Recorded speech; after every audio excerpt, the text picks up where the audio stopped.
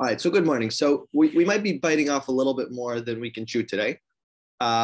Steve mentioned last week that he's never seen women reading the Megillah for men. And many of us have heard about women reading for other women, though. And some of us might be aware there might be a little bit of controversy surrounding that in our community in Denver. Just to give you a little background, there was our shul for a long time did not have women's Megillah reading, and it became a whole contentious issue within the community whether we should or we shouldn't. And there was almost a split over it. But in the end, they decided that there would be, and it worked out. But as we'll see, the controversy behind it, I just want to get a background to what is going on halachically with women reading publicly for other women. So today I want to tackle two questions. Number one is, can women read for men? That's question one we'll be tackling. And question two, can women read publicly for other women? Okay, that's our goal today. We'll see if we can do it. Oh wow, Mark joined. Mark gets a lot of schar today. Where was he? Where is he? He was just in Israel. Good morning, Mark. He's muted. He's muted. Okay. When he joins in person. So we'll wish him a welcome back. Fine. So last week we saw the... Hi, everyone. Good morning, Mark. You just got back from Israel? I just literally got back. I just walked in. So as I unpack, I'm listening in. Okay. You get a lot of schar for being here. But in your second question, you specifically said in public. Oh, like good. You said, can women read for men, but can women read for women in public? That's true. That's true. So I jumped the gun. So really there's three questions. Number one, can women read for men? Question two is, can women read for women? And question three is there any difference between women reading for, let's say, individual women and reading publicly in the shul, let's say, or in a public reading? So that's what we'll be tackling. I don't know if we will or won't cover everything, but at the very least, you have a source sheet now that you can look at if you want to see all the Maimon-Komos, the relevant Maimon-Komos on the topic. And there's articles on this online if you want to look into it further. But we saw last time this Gemara in Megillah, which says that women are chayavos in Mikra Megillah. There's another formulation, right? So that was Nashim chayavos Mikra Megillah. Okay, women are chayavos shafein hayu beosanes. So that doesn't tell you too much about whether they can, let's say, read Megillah for someone else. So we have another Gemara, though, and this is in Erechim. The beginning of Erechim starts off by saying everyone is, not just the Mishnah, but all of the Braisos. The beginning of Erechim, the whole Masechta, and the Gemara starts off with everyone is chayiv in X, whatever X is, and then it says, why did you say everyone? Everyone implies someone's included, someone specific you would have thought otherwise is excluded. So it comes to teach you that person is actually included. So that goes through mitzvah by mitzvah, all sorts of these formulations. So the Gemara over here in Erechim on Beis Amud Beis starts talking about Megillah. It says, Hakol ksherin likros Megillah. Everyone is kosher to read the Megillah. So why do you use the language of Hakol, that everyone's kosher? So li'isuye mai. What's that coming to go and tell you? Who is that coming to include? Li'isuye nashim.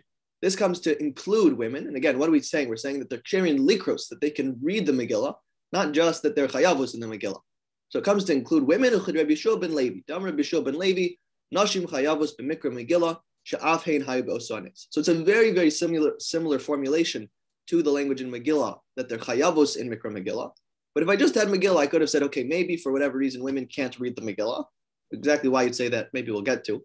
But I would have said for Megillah, maybe that women are not able to read the Megillah. They're just chayavos to hear it. And then this language about kol ksherin likro sounds like they're able to go and read it themselves. So that's all I had. And it seems that some Rishonim, that is all they had. You would say that women and men have the exact same chiyuv, the same way that a man can be motzi a woman, so too a woman can be motzi a man. And if you look in the Rambam, source 3 over here, he starts off, Kriyas HaMegillah Bizmana, Mitzvahs Aseh Midivrei Sofrim. The Mikra Megillah, this is how he starts off his explanation of the whole mitzvah of Megillah. He says, the Mitzvahs Aseh Midivrei Sofrim, Yehadvarim Yeduim Shitakanas Neviim. We saw that in one of our earlier shiurim, that the Megillah is a Takanas Neviim. V'akol chayavim b'kriyasa, everyone is chayav in the reading of it, Anashim v'nashim v'gerim v'avadim v'shuchrarim. That everyone is chayav in its reading, men, women, gerim, converts, and freed slaves. Whether that word meshuchraim is there or not, we discussed beforehand a little bit. But the Rambam never makes any distinctions between men and women. He says men are chayav women are chayiv. And throughout the entire his explanation of Megillah, he says, if you're chayiv, you're able to be motzi someone else. If you're chayiv, you're able to go and read on behalf of someone else. And if you're not chayiv, you aren't able to read on behalf of someone else. So it's clear from the Rambam, and that's also what I would have thought just based on the two Gemaras I have, that women, the same way that men can be motzi women, so too women can be motzi men. Okay, so we're gonna have to see where does Steve. From the Rambam, it always also sounds like a katan can be motzi other people because it says chayav l'krosa. So presumably, it says mechaim chen is a tanim l'krosa. Right, so, right. So maybe that means also that they could be motzi other people. That's interesting. Unless it just sounds like the way they describe the mitzvah is through reading, but it doesn't necessarily mean reading, but reading by proxy, perhaps. Right, right. So I think the Rambam explicitly discusses a katan reading on behalf of others later. And he says that does not work because their chiyuv is on a lower level because it's chinuch, meaning he's actually meduyak here. He's leading you up to that. These people are chayiv, and there's this separate idea of chinuch for ketani, to read it. Now, to read it to themselves, he'll say, is what that means later, but not that they can read for other people. But it is just from this halacha, I totally hear what you're saying. Okay, so where does the where's the roadblock over here that we know that women don't generally read Megillah in our communities for men? So it's because there's a Tosefta. Everything really starts with a Tosefta. So the Tosfos over here, Tosfos, not the Tosefta, Tosfos in Megillah, he first notes that there's all the reasons to say that men and women are equally chayavim, right? He first points out, it sounds from the languages that women could be motzi other people, including men, and he brings in the Gemara and Erechin, etc., and says that all that would seem to imply that women are equally chayavos. But here's the problem. Jumping to the word bekasha, over here on my cursors. Bekasha, dehabitosefta tani behedya, the tumtum ein motzi lo es mino velo es she'eno mino. We have this tosefta. The tosefta says a tumtum. What's a tumtum? A tumtum is a person whose genitals are covered over with skin. So you don't know whether they're male or they're female, right? Who knows? It's impossible to tell at this age. So they're I'm sure that there's an English term for that. I'm not sure what it is. It's not androgynous because that's really going to be androgynous coming over, but someone who you're unable to identify if they're male or female. So what does it say? The Tosefta says a tumtum is unable to be motzi mino. He's unable to be motzi another tumtum. Velo she'eno mino. And he can't be motzi someone else who isn't a tumtum either. Now, let's just finish this point. Androgynous motzias mino, ve'ein motzia she'eno mino. Okay, androgynous, this is an interesting idea from the Tosefta. An androgynous person who's born with both genitalia, so they can be motzi mino, they can be motzi another androgynous, and that's because an androgynous, at least according to this Tosefta, is like its own gender. There's like, let's say, male, female, and androgynous. And so they're at the same, let's say, equal level of chiyuv. But they cannot be motzi someone who is a different gender. Fine. So there's different ways of phrasing this question. Tosfos phrases it as follows, and we could phrase it differently, but upshita de lo adifa isha me androgynous. The fact that an androgynous person cannot be motzi eno mino, he can't be motzi someone of a different gender. So too, a woman should not be able to be any stronger than that. The same way that this androgynous person has both genitalia, and nonetheless he is, or whatever he or she is, unable to be motzi, let's say a man. So to a woman should be unable to be motzi a man, right? So it's a little bit of a confusing proof because he's focusing on the androgynous part. I honestly would have focused on the tumtum part. Just if you were asking me what's the simplest proof over here, the tumtum is unable to be motzi another tumtum, right? So why should that be that he's unable to be motzi another tumtum? So the simple reasoning is because maybe this tumtum is really a girl. Meaning the tumtum isn't a different gender. The tumtum, we just don't know what their status is. Maybe this tumtum is a female, and the other tumtum that she's trying to be motzi is a male. And if that's the case, then it's not going to work out. Right? So it's a little bit confusing. I just want to make sure I'm being clear because I'm not sure I am. You have unpure genders over here. And the Tosefta says, let's just focus on tumtum for a moment. that because of the lack of clarity, that person cannot be motzi another person with that same lack of clarity of their gender, right? But if women and men have the equal chiyuv, who cares what your gender is? If you're male or you're female, it doesn't matter. The woman can be motzi the man can be motzi the woman, and shalom al Yisrael. So the fact that the Tosefta assumes that there might be a problem when we have unknown genders going on about who's being motzi who, that implies that a woman is unable to be motzi a man. That's Tosfos' question. What can the androgynous be able to say? So the androgynous person can be motzi another androgynous person, as well as a woman, it would seem. So why is an androgynous person able to be motzi another androgynous person? It's because an androgynous person isn't considered a suffix. It's not that we're unsure, are they male or are they female? But let's say they're both, or whatever. They're both there in between, however you want to define it. But that androgynous person is definitely on the same level of chiyuv as another androgynous person. They're certainly, somewhere in between, and they're equally in between. Right, but why are these you're like the Tosefta making these statements? But what's the reasoning behind their statements? Are they giving any sources or rationale? So Tosefta gives. You're asking more generally about why is the androgynous person looked at as why can they be Yotzei another androgynous or a woman? Like why can't they be Yotzei a man? Right. So it doesn't tell us, right? So we're gonna have to figure that out. So let's finish off Tosfos' kasha, Tosfos' proof, and then let's discuss that. Why, more generally, why can't a woman be motzi a man? What's the issue, right? Like just to simplify I think Steve's question, that's something we're gonna have to tackle. Right, so let's just finish the Tosfos and then we'll discuss. So he says v'chein pasku hahalachos gedolos. This is short for the Bahag. So the Bahag paskin based on this Tosefta, the isha motzia mina avalo anashim. What you see from this Tosefta is that a woman is able to be motzi her same gender, but she cannot be motzia men. So if a woman reads based on this Tosefta, it sounds like if a woman's reading for the opposite gender, it's not going to work. And the Bahag paskin that way. Unlike the Rambam, unlike the simple reading of the Gemaras we saw earlier. So Tosfos is asking, I don't understand. So then what's going on that the Gemara says that they're all chayavin b'kriyasa? You said that they're able to read. What do you mean they're able to read? They're not able to read. You're going to tell me they can't be motzi a man. So he says, V'yesh lomar, what was the Gemara in Erechim teaching me?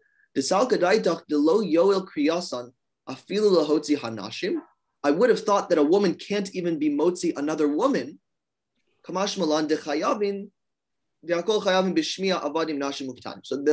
all the Gemara in Erechim, which told us that Hakol Ksherin Likros is HaMegillah, all that was telling us was that women are able to read the Megillah for other women. It wasn't saying they're kosher to read the other Megillah for everyone, but they're able to read the Megillah for certain people. Those people are women. For some reason, you would have thought that they're not even able to be motzia another woman. So Kamash Malan, that they have the same level of chiyuv, avadim, nashim, and ketanim, are all chayiv in shmiya. That's the language of this. So let's stop for a moment. So what's the reason why a woman can't be motzi a man if this is what you have? Any like what's the svara? Why should that be? That there's some sort of difference between the two. In what? In Megillah or in general? In Megillah. They don't have the same obligation. Okay, good. So why don't spell it out, Rabbi Schwartz. What's the difference? It's not clear from the Mishnah, from the Gemara, but it says that men are chayav in kriya and women are chayav in shmiya, so they're not on the same level. Right. You have to be on the same level to be motzi someone of their obligation. Right. So what Rabbi Schwartz is pointing out is the language of Tosfos is that they aren't really chayavos to read the Megillah. They're chayav to hear the Megillah. Now, I'll be honest, I'm not exactly sure, how to clearly define this difference. Apparently, men are chayav in reading and hearing, and women only chayav in hearing, which I guess is some sort of lower level of. But where do we see obligation. That? Yeah. Where do we see that in the source? Right, he's making it up. The Tosfos, the Bahag, is making it up to try and explain this Tosefta. The Tosefta doesn't tell you that, doesn't tell you, the logic behind why a woman can't be a motzi a man. But the Bahag says, I have to make sense of this Tosefta. There must be some distinction between men and women in order to explain why a woman cannot be motzi a man. And as such, says the Bahag, there must be two different obligations here. Men have mikra, they read the Megillah, they also hear it, whereas women just need to hear it. Even though the language is Hakol Ksher and Mikra Megillah. Right, Likros and Megillah, very difficult. Yeah. So we're going to see it actually might be relevant to the bracha you say, right? What bracha do we make on, what bracha do we make when we read the Megillah? We say Al Mikra Megillah. Yeah, we don't say Al Shmias Megillah. But if, let's say a woman's reading the Megillah, so we'll see that the Ramah is going to paskin women should change the bracha if they're reading the Megillah. Because they're not chayiv in Mikra Megillah, they're chayiv in Shmias HaMegillah. So we'll see that shortly, meaning they take this very, very seriously. This difference, which the Bahag kind of engineered to go and fit the Tosefta, not clear in any source before the Bahag, right, from the Gaonic time period, is going to change the bracha, even though there's no source to change the bracha, before that Bahag. So it's very surprising. There's another explanation. Yeah, go for it. So why is it when a man makes a bracha for a woman, Al Kriyas Megillah? Well, I guess she's also Machaya. I mean, maybe that shouldn't work either. I mean, her bracha is Shmias Megillah, not Kriyas Megillah. So that's, unless you say that it's a more... Right. Maybe it's a more expansive bracha, which covers both aspects. Yeah. And then she's being Yotze from one part, but it's difficult. And in fact, the Gra throws out this whole thing. Well, I didn't put it on the source sheet, but the Be'er HaGra says this difference in the bracha is out of thin air. Nowhere anywhere in Shas and up until the Rishonim's time period did anyone make up this new bracha. Say Al Mikra Megillah if a woman's reading as well. So he didn't like the whole thing. There's another explanation though I saw from the Or Sameach, which I think is maybe easier to swallow, why there's a difference between men and women. Nothing to do with the Shmiya and Mikra, but if we just go back to the whole source, right? We've been talking about this now. This is our second week talking about it. But how do we know men are chayiv? Because the Megillah tells you they're chayiv, right? Men are chayiv. The Megillah says that you should read Megillah. Okay. How do we know women are chayavos? Regularly, women should be turos because it's mitzvah aseh she'azman and grama, right? So it's only because of afin hayabos hanes that women are chayavos. So Or Sameach says the chiyuv to read Megillah is divrei Kabbalah, right? That's what we know. Divrei Kabbalah, something written in the Nach, that's something which has a higher level than a normal Dirabanan. But this idea of afin hayu b'osanes, maybe it was even a later takana. Maybe it wasn't originally when Megillah was started that women were reading it. At some point they decided, we should include women. Or even if it wasn't later, it was at the same time. But it wasn't because the Megillah tells you to read. It was because of this external svara of afin hayu b'osanes, and that external svara only creates a derabanan level chiyuv. So if that's the case, you can say they have the exact same type of mitzvah. They both have a mitzvah of mikra Megillah, but men's chiyuv of mikra Megillah is at the level of divrei Kabbalah, whereas women's level of chiyuv is midrabanan. And maybe when you have someone whose chiyuv is derabanan, they can't be motzi someone whose level of chiyuv is midivrei Kabbalah. That's only during the day. During the night, they would be equal. Beautiful point, Steve. So that's one of the issues with this explanation, because we seem to accept that during the day, men's chiyuv is, at night. At night, the men's chiyuv also is midrabanan. So, but at least, I don't know, for me, that was easier to swallow, let's say, than this, amorphous difference between Shmiya and Mikra. At the end of the day, though, the Bahag said it. Again, he's not, necessarily the only opinion in the Rishonim, but let's look at how the Shulchan Aruch paskins. If you look at the Shulchan Aruch, this is source 5 over here. So he first starts off, he says, so whether you read the Megillah or you hear someone reading the Megillah, that will be sufficient to fulfill your chiyuv. But it's only if you hear from someone who's chayiv in reading it, right? If you hear from here we go. Therefore,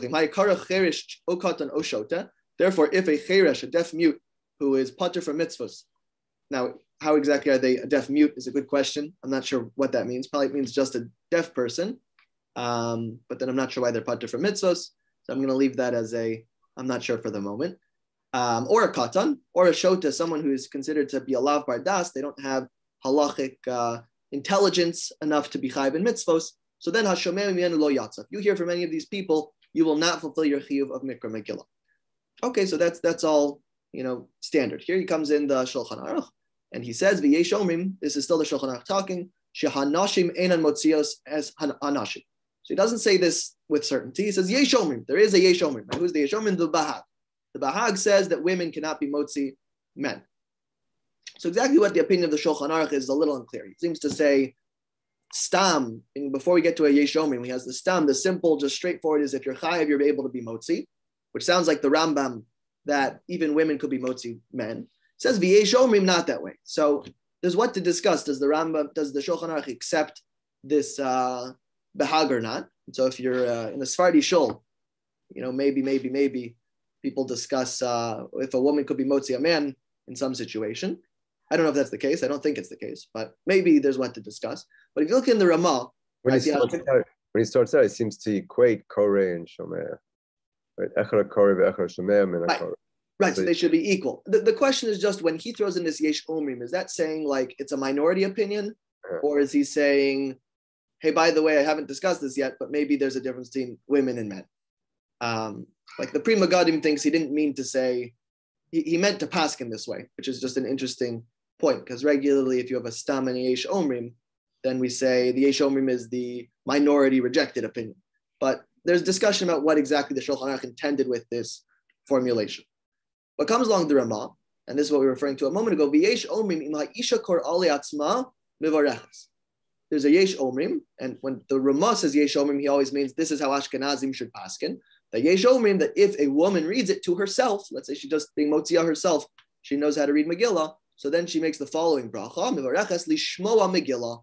She shouldn't be making al mikra Megillah, she should make a bracha of lishmo Megillah, she'ena chayeves bekriya, because like the Bahag's, the Tosfos' Lashon, she's not chayev in kriyas HaMegillah, she's only chayev in shmiyas HaMegillah, and therefore she should change the bracha.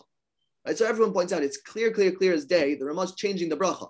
So if the Ramah's changing the bracha, he clearly accepts the Bahag's view that this Yesh Omrim, that women cannot be motzi men because they have a different level of chiyuv. And once that's the case, we now understand Steve's original point last week, which was, can a woman be motzi a man? The answer is, if you're Ashkenazi, there really isn't too much to discuss, right? The difference, there's a clear paskin difference in the level of chiyuv between men and women. And that difference we know stems from this inability for a woman to be motzi a man. Okay, so question one answered. Any questions before we move on to questions 2 and 3? It's just that the reasoning is is not really very clear to me why it is. You know what I'm saying? It's not really clear what the reasoning is or the rationale behind it. Yeah, it's very interesting. And the question is, you could ask a different question, which is, what did the Rambam do with the Tosefta? So, Rambam doesn't seem to make any distinctions like that, right? Right. So what did he do with the Tosefta? So the Gra writes, the Rambam learned there was something wrong with the Tosefta. It's a bad girsa, it makes no sense, and throw it out, basically. So yeah, I mean, it's hard to understand. The Tosefta comes up with this distinction without any explanation, and the Gemaras don't seem to ever reference such a distinction. But at the end of the day, you have this Tosefta, and depending on how much weight you want to put into the veracity of the Tosefta, you have to explain it somehow. So the Bahag gave his explanation. But even the logical reasoning of the Tosefta is just not very acceptable to me. They take this case of a tumtum, which is really not a typical. You know what I'm saying? It's not the norm. I'm surprised that. I was just surprised that was what we that's the whole source of this opinion. Yeah, I hear it's surprising, but that's how it happened, Look, the truth is that the idea of using examples like tumtum to make nafkamina is in fact quite usual as a halacha tool. So I can't tell you I like this result, but it's the use of this as a tool is not so unusual, I don't think. Right. Mark's correct. We talk about tumtum and androgynous all the time. If you open up the Minchas Chinuch ever, you go to Minchas Chinuch Shir. Minchas Chinuch's favorite 2 types of people are tumtum and androgynous, because trying to figure out how they work out with everyone else are like, he loves talking about every single mitzvah. And if you have a tumtum and androgynous, so then you can figure out exactly who they can be motzi and who they can't.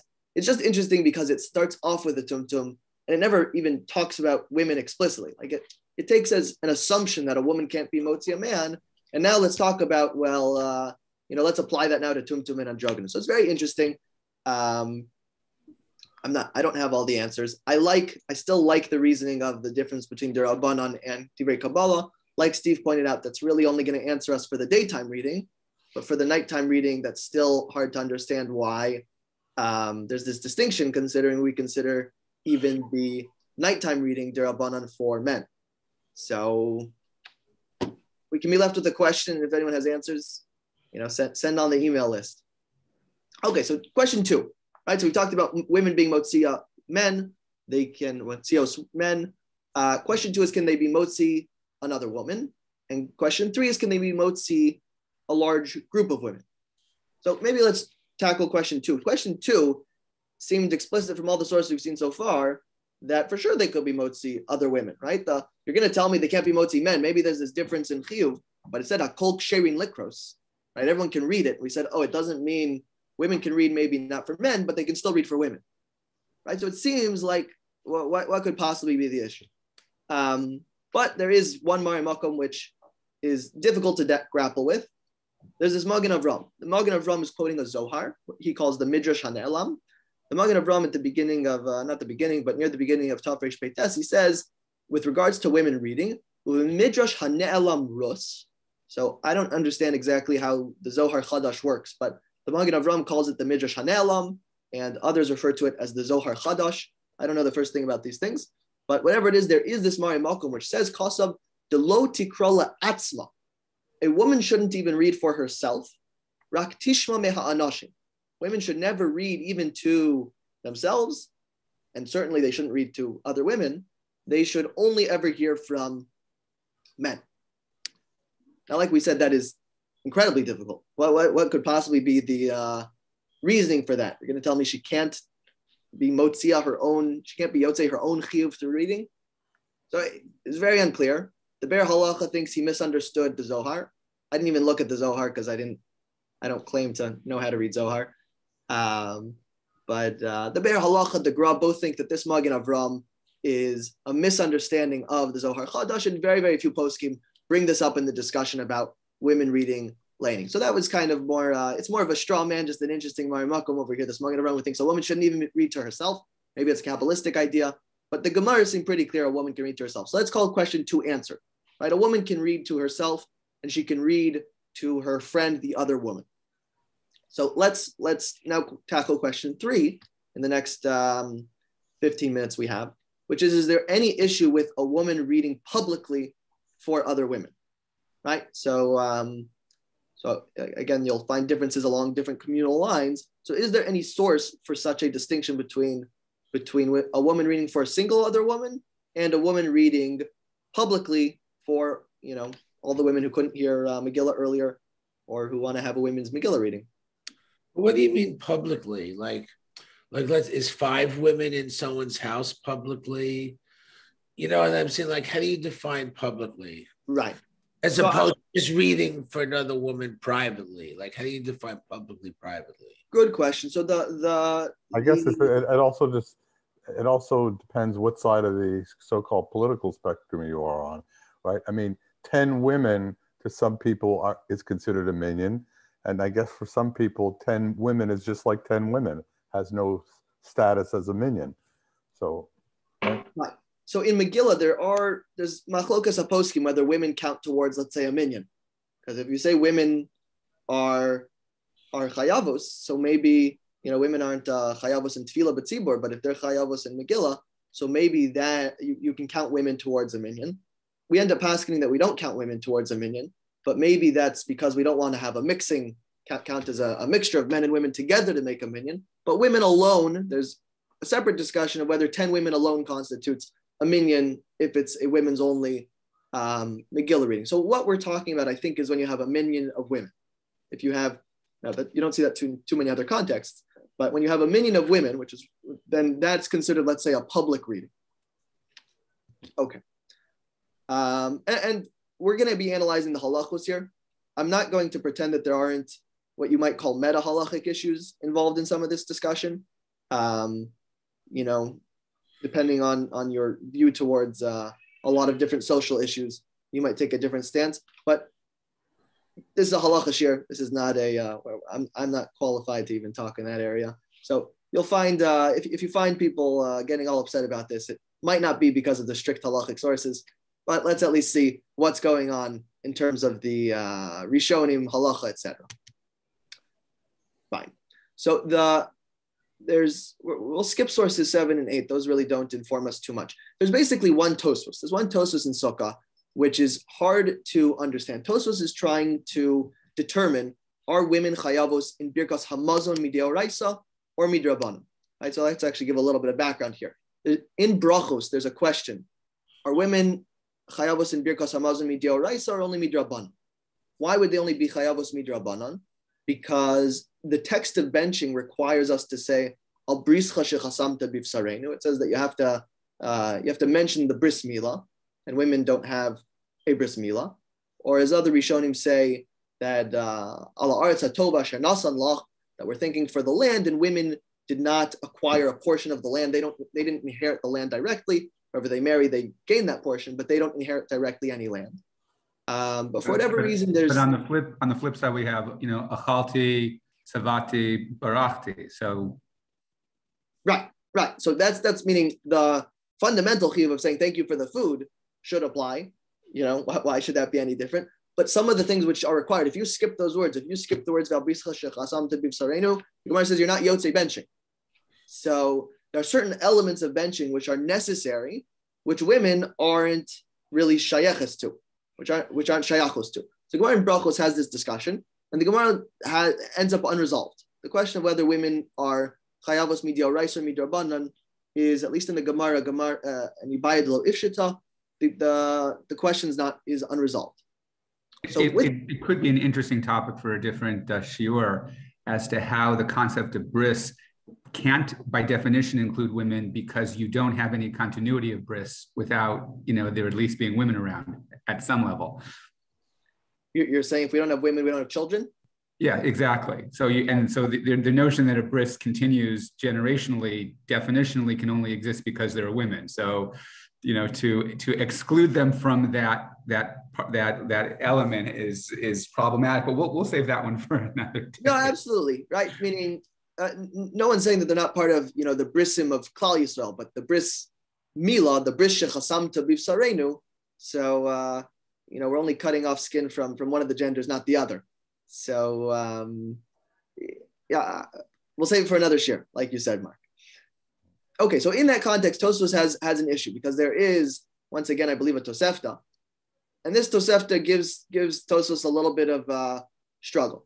So he says, why didn't the Gemara try and prove something from this Tosefta? So he says as follows: Tosefta ktani gabe birkas hamazon. The Tosefta by birkas hamazon says as follows: The ein isha ve'eved ve'katan motzin es harabim yidei chovasa. That a woman, slave, and child. Let's just focus on women though right now. A woman is unable to be motzi the rabim.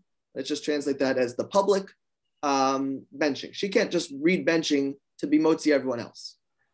So the ikolokomi kisha'achol shiur deoraisa. We should assume that means that when the majority of people, meaning the public, has eaten a shir deoraisa, right? There's you could be chayv in benching. Let's talk about a man. You could be chayv in benching midrabanan if you just have a kazayis, and then if you have visavata, if you have a full meal, a meal which is filling. So then you have a shir deoraisa, then you're chayiv in benching mideoraisa.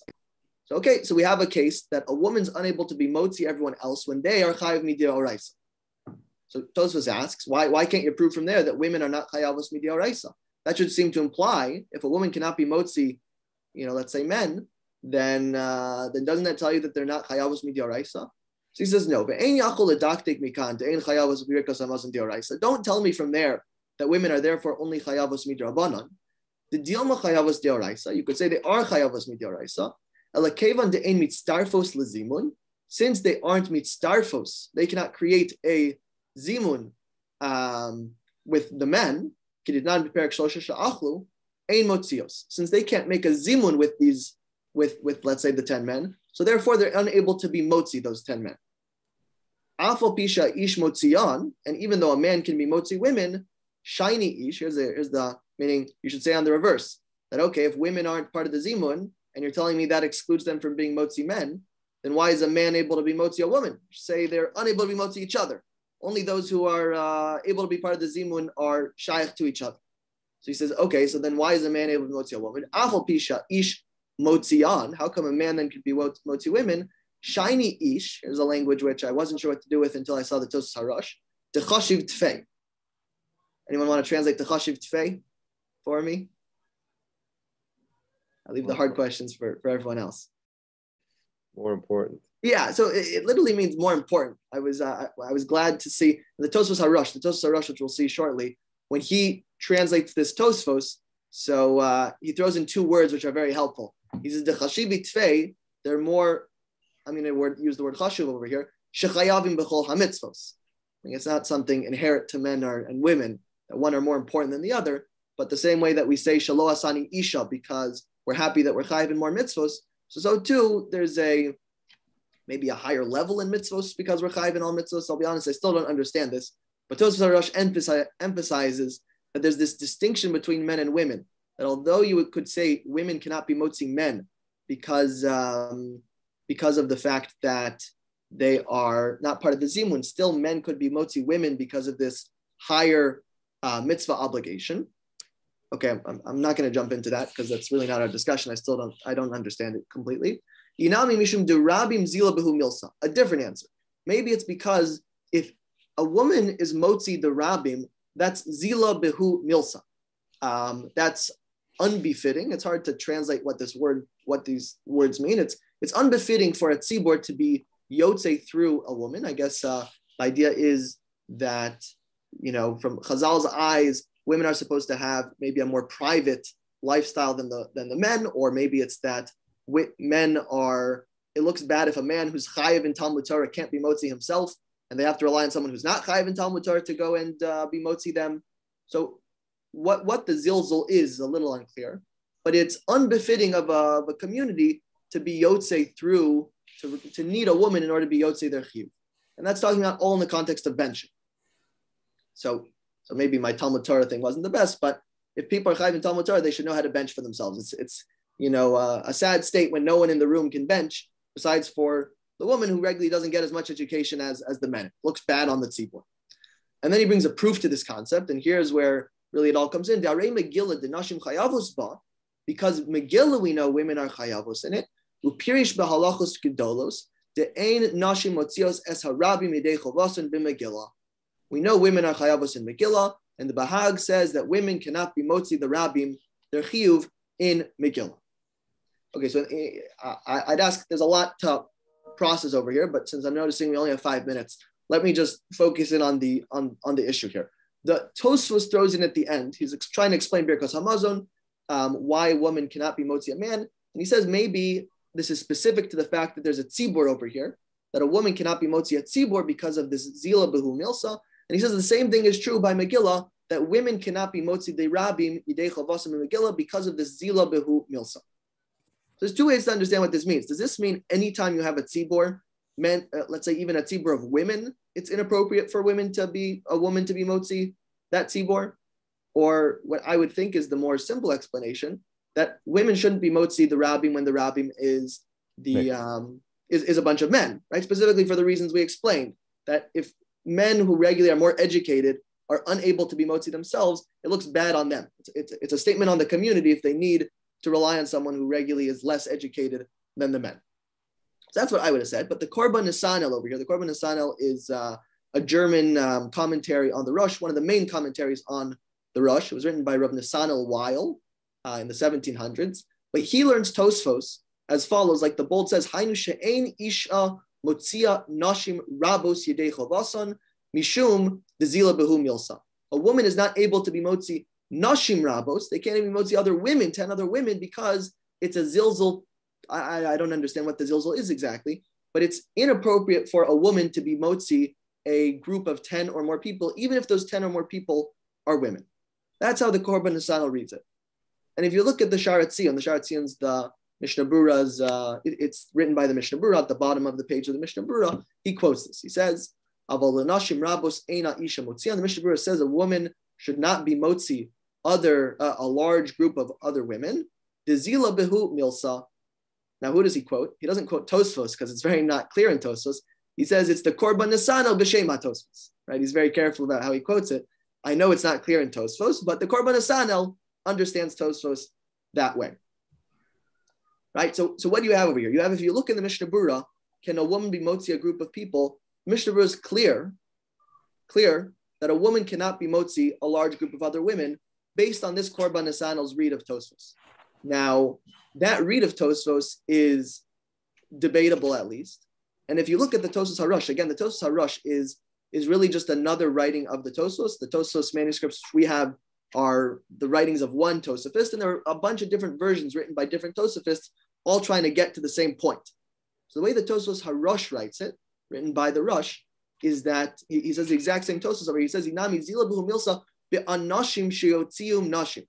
What's the problem? It's only a zilzul if women are motzi men. So if you look at the Tosfos Harush, it's clear. It's clear that the Korban Nesanel misunderstood, or at least maybe I shouldn't say misunderstood, but his understanding is against the understanding of the Tosfos Harush. It's not the simple explanation of what Tosfos says. At the same time, it ends up being that the Mishnah Berurah quotes it. So you have this tension. You have, this zilzul. I don't understand.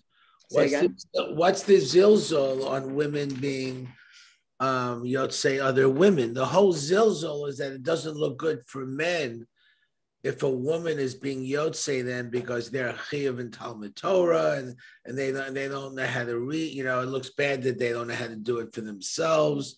So, but what's the zilzul women for women? So I'll be honest, I'm not sure. I can guess. I think it was sociological. Women didn't kind of come out of the house in those days. Now they do. I don't think it's probably relevant anymore. Probably there are plenty of people who would probably say that this is no longer relevant. Women have a much more, higher profile president. Yeah. Yeah, 100%. The dentist. Right. So that gets you into another, more meta halachic question, which is when someone says something and the reason doesn't seem to apply nowadays, to what extent does that change the halacha? Again, not for the next minute we have. But so I think probably along what Jacob's saying, that if you were to take the Korban Nesanel's approach, maybe the zilzul is women, as again in Chazal's eyes, are supposed to have a much more private lifestyle. When they get up there at the bima and they start being motzi the whole congregation, that's an inappropriate role for a woman to lead. Maybe that's what. But isn't it inappropriate for men not to be educated enough not to hear the Megillah read properly? Right. I mean, for sure, men shouldn't. I see. You're asking, well, what are you going to do? Right. So I guess they should hear it. They should hear it from a woman appropriately. Yeah, I don't know what the posting would say. We're chayav to hear the Megillah, and if they don't have enough education to do it by themselves, someone else should do it for us. Right. I hear. I guess they should break up into groups of smaller than 10. So that you don't have this. But point recognized. I suppose it's a lechatchila, meaning when you're trying to figure out who should train to go and read the Megillah, don't ask the men to be yotzei through the woman. Get a man to learn the Megillah. That's the person who should be preparing it in advance for the other men. So maybe let's just summarize over here. So what do you have at the end of the day? What you have at the end of the day is there's a few minor issues we didn't cover, reasons why poskim are a little hesitant with women reading for other women. Some say, what bracha should she make? The Ramah says to say Lishmo Megillah, and the Gra says Al Mikra Megillah. So you're putting her into this question of safek about what she should make a bracha. Better to just have a man read. There's other, issues of we try and maximize the number of people in shul at one time. Pirsume Nisa, that there should be just one reading if possible. Okay, but sometimes let's say women had to watch their kids at home, so that's not going to happen anyways. So all those I think are more minor reasons, like that Magen Avram, a woman even shouldn't be reading to herself. The Mishnah Berurah doesn't really accept that. Those are the minor reasons. The real reason, if people want to argue on halachic grounds against women's Megillah reading, is that the Mishnah Berurah paskins this Korban Nesanel based on a questionable read of Tosfos, that there's a zilzul for women to be reading the Megillah publicly. So Rabbi Jachter, who's a dayan and a posek, summarizes it as follows. I'm just going to read what he wrote. He says, although it seems clear that it is halachically inappropriate for women to read Megillah for men, as many Rishonim agree with the Bahag and the Ramah rules in accordance with the Bahag, the issue of women reading the Megillah for other women seems to be unresolved. Those who permit such reading outside a synagogue context he says they shouldn't do it in the synagogue, they should do it maybe in a separate room. But those who permit such a reading outside a synagogue context have a substantial halachic basis for such a ruling. He's trying to get around the zilzul. So he says if they're not reading in the synagogue, maybe there's less of a zilzul there. And those who do not permit such a reading also have a substantial halachic basis for such a ruling. Now, one could argue, I think, even in a synagogue context, I'm not saying that should be the case, just saying there's room to argue even in a synagogue context that, halachically that wouldn't be a problem, and ask your local Orthodox rabbi for shul policy now that we know what's going on. All right, thank you. Any questions or comments or concerns? Thank you very much. Thank you. Have a great day, everyone. Rabbi? Yeah, go for it. Yeah, I just wanted to pick up on what we were talking about last week about, Nashim